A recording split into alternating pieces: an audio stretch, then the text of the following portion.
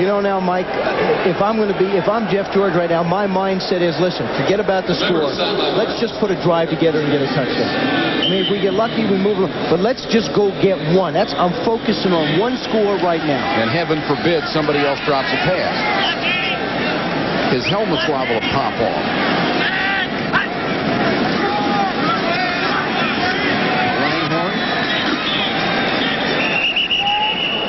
The 24-yard line. Seth Joyner, the first man in there. Of course, this isn't the only year where the Colts have had trouble scoring touchdowns.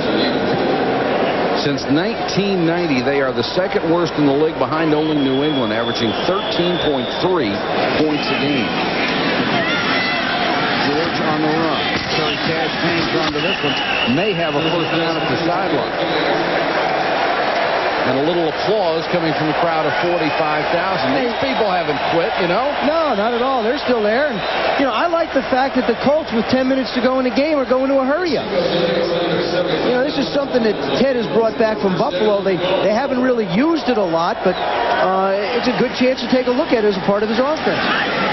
Mark Broda, brilliant as an offensive coordinator with Bill the last 3 years before he came here.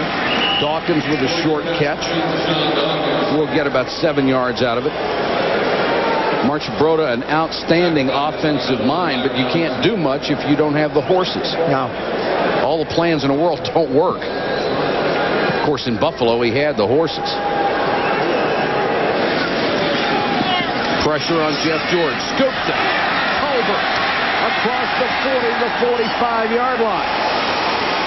Nice improvisation by Jeff George. That's a left-handed pass. Now, even though he threw it underhand like that, it still counts as a forward pass. So that's 4 in a row on this drive for the Colts offense.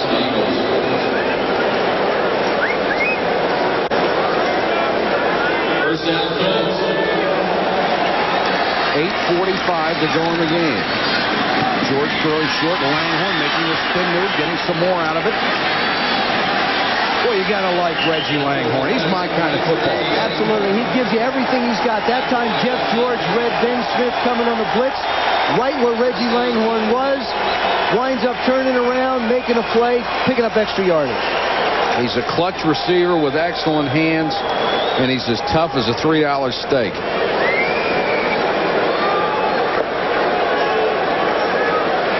George throws deep sideline, complete to Hester. You may see the hurry-up the next 3 games. Well, I don't see a reason why. This is what they do well. I've been trying to think of who Jeff George reminds me of throwing the ball. It comes out hot and play. This is like Namath used to throw the ball. Joe Namath, one of the greatest to play the game. Just rock it and fire it out. And that's exactly the way George let that one go. From the 24 in the shotgun. Over the middle. The goal line. Terry Cash got one hand on it and couldn't bring it in. Holy cow. Jeff George just fires this one. Just read his eyes. See him look outside. He held the safety that time. He throws this one down. That would have been a great catch. Yeah, it would have. I mean, Terry, you can't blame him. It's a great throw. It's a heck of an effort. It would have just been a great catch. Can't class that one as a drop. George from behind, knocked down. They're going to say it's an incomplete pass. Hit from behind by William Thomas, the third-year linebacker from Texas A&M. William Thomas is 218 pounds. But Ken Rose, a special team star for the Eagles, is a weight room fanatic. He's taken William Thomas, brought him into the weight room. This guy plays a lot stronger than 218. 3rd and 10 for the Colts. Well, the Eagles, flags are down. It looked like 2 of the Eagles were about 3 yards offside. Let's see if they were drawn. There's your flag. Offside. Defense, number 59. 5 yards. Still 3rd down. They were not drawn. Well, you've got 2 downs to pick up a first down. Certainly, this is not a situation where Ted is going to try a field goal if it's 4th down and 5 or 4th down and 1. I don't know. He needs a field goal and 2 touchdowns, but you have the feeling if you're this close, they haven't gotten this close very often. No, Mike, they ain't going to get it. Let's face it. But I think you go for 7 here. Couldn't argue with you. Here comes the blitz. And knocked away at the last moment. Excellent coverage. Wes Hopkins got a hand on it. Ben Smith was covering Langhorne. That's what happens, I think, when you're a veteran in this league. That time, Wes Hopkins saw Jeff George lock on to the receiver, and he just anticipated the play. Left part of your screen. I mean, Jeff throws this thing so hard, Wes can't make a play on it. They said Wes Hopkins was cut earlier in the season because he couldn't run. Wes Hopkins could never run. He's the first to tell you he couldn't. That's the Art Monk syndrome. He can't run either. He's just great. But they can both play. 4th down, the Colts trying to stay alive. George under pressure, somehow got away. Throws to Arbuckle, dive, first down.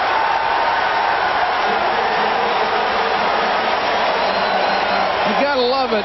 I'm telling you, I mean, this is the way the series had to go. I mean, they had to take this drive and just try and make first down.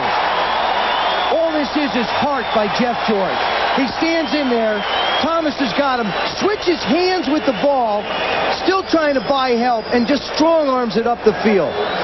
What a nice job by Arbuckle, too.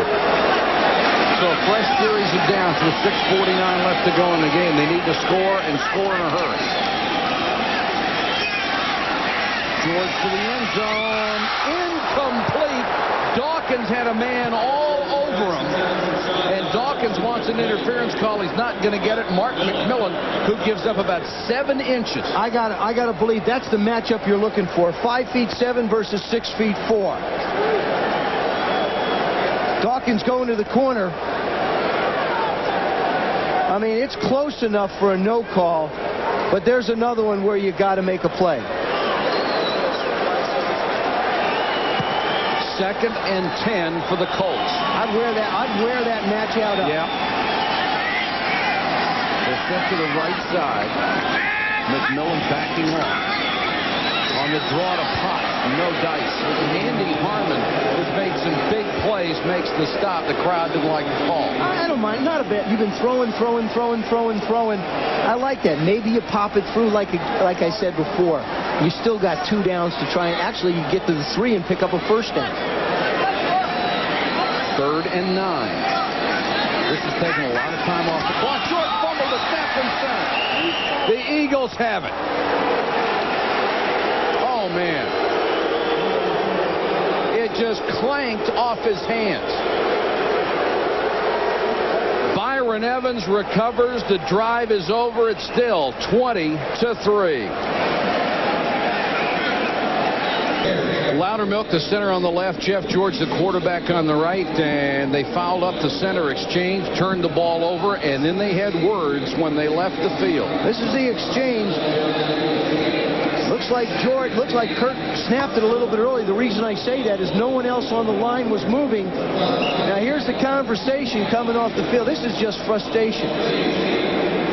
I mean, you know, you get frustrated, you say things out on the field. Sometimes the temperatures get to a point where better that a teammate steps in between and breaks it up. Now we saw Jeff George jawing at his receivers, and very rightfully so earlier in the ballgame when they missed passes and nobody ever came back and said anything. But Kirk Loudermilk is, you know, he's not going to back down on that one. I'll tell you, it's as frustrating for offensive linemen to give you good pass protection and have things not execute as it is for a quarterback throwing the ball and having not good things happen. And all this is it's a culmination of a frustrating evening on offense. Loudermilk, one of the big free agent acquisitions in the offseason. But you know the thing that's going to put them back together? Colts get the ball back. Both those guys got to go back on the field. Yeah. Eagles will try to work on the clock with 5:32 to go in the game. Walker. Syracuse wraps him up the line of scrimmage.